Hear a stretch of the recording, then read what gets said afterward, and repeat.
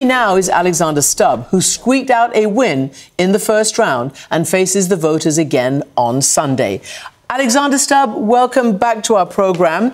I'm going to talk about the election in a second, but I want to know first, after our report from Fred Pleitkin, what you make of the successes, because really, as you know, there's just a lot of doom and gloom coming from the Ukrainian battlefield. Yeah, I think the war is very much in a stalemate, and in a sense it's much easier to defend than to attack. And there's been a lot of back and forth in the past 2 years approaching the anniversary. I do agree with the Secretary General of NATO that the path towards peace does go through the battlefield. I think right now what Ukraine needs is finance. We got that from both the US, hopefully, and from the European Union. It needs weapons, and finally, it needs ammunition. I think we should use the term that Mario Draghi, the head of ECB, used in the old days during the Euro crisis. Whatever it takes, we need to help Ukraine.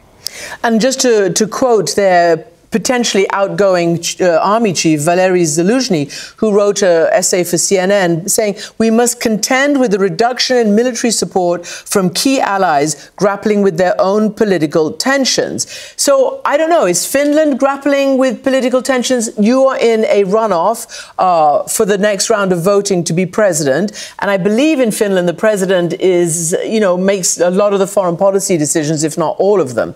What would be the difference, depending on who wins, for Ukraine?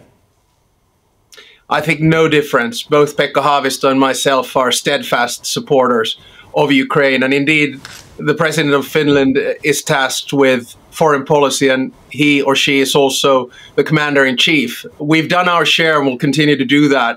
I know the sums feel a little bit small, but 1.6 billion is not a small figure for us. On top of that, we've given about 0.6 billion on aid. So we will continue to help Ukraine. And of course, you can ask why. Well, the reason is that we have in our historical memory many skirmishes with Russia. They attacked us in the Winter War and the War of Continuation. So we have a very similar experience to the Ukrainians. We can identify with the tragedy that's taking place right now. That's why most Finns stand behind Ukraine. So let me take this moment to ask you why you returned to politics. You said it was the existential concern of Russia's invasion after you had retired.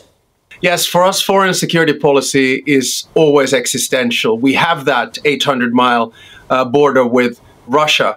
The reason we joined NATO and the reason I returned to politics was that I felt that there was a potential existential threat coming from Russia. There was a sequence of events that took place. The first one started with Russia's attack in Georgia 2008, and then, of course, the annexation of the Crimean Peninsula. But we in Finland felt very strongly on the 24th of February 2022, when Putin attacked, that this could potentially happen to us.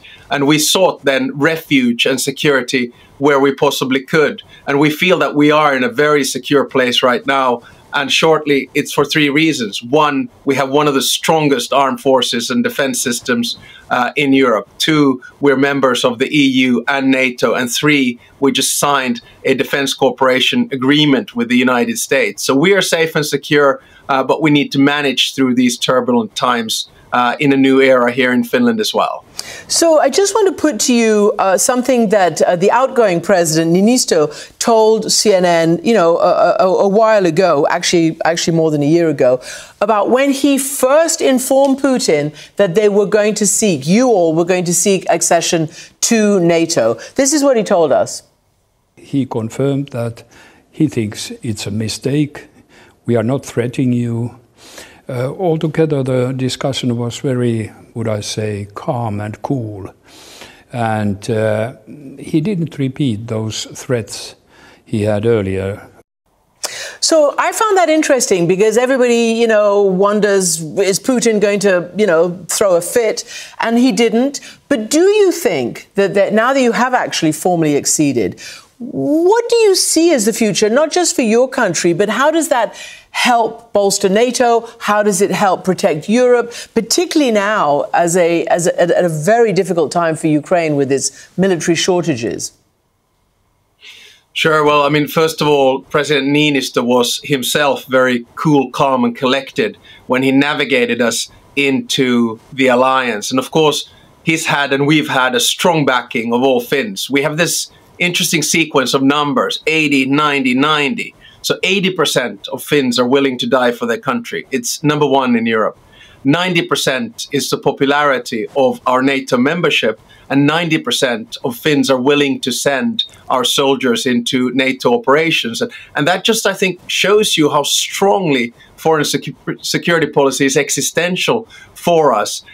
We tried to navigate and work with Russia after the Cold War especially, but unfortunately Russia did not become a normal international law-abiding state. And the consequence is that he tried to make Ukraine Russian, ended up making it European. He tried to basically split NATO, and he ended up uniting NATO and making Finland and Sweden NATO members as we stand. We feel very safe and secure at this particular time in history. So let me ask you two questions following on from that. You know, all well and good, but NATO nations have not delivered everything that Ukraine needs and was promised, frankly. The United States specifically, the EU did come up and plug the gap last week and may have to plug the gap all the way up to the presidential election in the United States. Tell me how you envision this next 10 months in terms of supporting Ukraine, and where do you think the war, the balance of power, is going to fall this year? Okay, so first of all, I think there's a lot of pressure on European states and on the United States to continue supporting Ukraine, and I'm fully with that. There are a few things we should do. Number one, I think we should free the frozen assets of Russia in foreign reserves, 300 billion. They should be given to Ukraine. I fully understand some of the legal issues there, but I think we are beyond that point. Second thing I would suggest is that the European Investment Bank should free its financing also to be able to support the defense industry, because we're in a new world. We need more ammunition, unfortunately. We also need more weapons. So we need to continue to support, because what Ukraine is doing right now, they're also defending our freedom in Europe and in the United States. Where are we going to be in, say, 10 months? I, of course, hope that we would have a ceasefire. I hope there would be a peace agreement, but we're still far away from that. Zelensky is working in that direction. Putin is not. What I would like to see is also an intervention from China, because Putin will have to listen to President Xi Jinping. If Xi Jinping would say that it is time to end the war, I think things would start happening quite quickly. From Zelensky's perspective, he needs at least 4 things. Number one is territory. That's his what we call Karelia question. Number 2 is security guarantees and also a pathway towards EU and NATO membership. Number 3, he needs justice, so war criminals in courts. And number 4, he needs reconstruction. And then we can start negotiating and discussing peace. Do you fear like some, I guess, Baltic nations, and even, you know, General Petraeus, the former US military commander, former CIA chief, he said, you know, if Putin wins here, he's not going to stop there. You know, his substantial objectives could be expanded, Moldova, you know, the Baltic states. Do you worry about that? Is NATO making plans to up its defenses on its own borders? Of course, I worry about it. And I think the whole idea is that with Putin, the only thing that he understands is power. And therefore, we have to face him the hard way. That's what Ukraine is doing right now. He actually started this war because he thought he could do exactly the same thing that he did in Georgia in 2008 and with the Crimean Peninsula in 2014. But he made a fundamental tactical and strategic blunder. One, he thought that his military was strong. It wasn't. 2, he didn't think that Ukraine would be able to push back. Well, look, we're almost 2 years into the conflict, and here we are. And 3, he thought that the West would not be united. So we just have to keep on pushing and helping Ukraine best we can. NATO will stand strongly behind Ukraine, but I do think that we need to start giving Ukraine a clear pathway of course, already towards EU membership, but also towards NATO membership, because that is the ultimate deterrent, and that will make Putin realize that he has actually lost the war. So on the issue of unity, I mean, you're absolutely right. It has been pretty rock solid for better part of these 2 years. But you can see the cracks. You can see the cracks in the United States. Trump just recently said, you know, we're paying for NATO. We don't get much out of it. You know, I hate to tell you about NATO if we ever needed their help. You know how he's on and on about NATO threatening this, that and the other. And of course, you've got the, you know, the views of the Hungarian Prime Minister Viktor Orban, who's also been holding things up and also has a somewhat different view of Russia and this war. And who knows what's going to happen in the European, you know, parliamentary elections that's coming up in the spring. Do you worry that a bigger grouping of like-minded, you know, Orbanistas, if you like, will do well in Europe and make a difference on this support for Ukraine? I don't think the European elections are going to play a part in the support for Ukraine. There is still fairly strong support for Ukraine in Europe all around. And of course, Orban is an odd man out. He's quite lonely at the moment because he lost his allies in Poland and will continue to support Ukraine. I am, of course, a little bit more worried about the US and especially the division and the political toxicity that we're seeing in the US, and everything seems to be out hanging there because of the elections.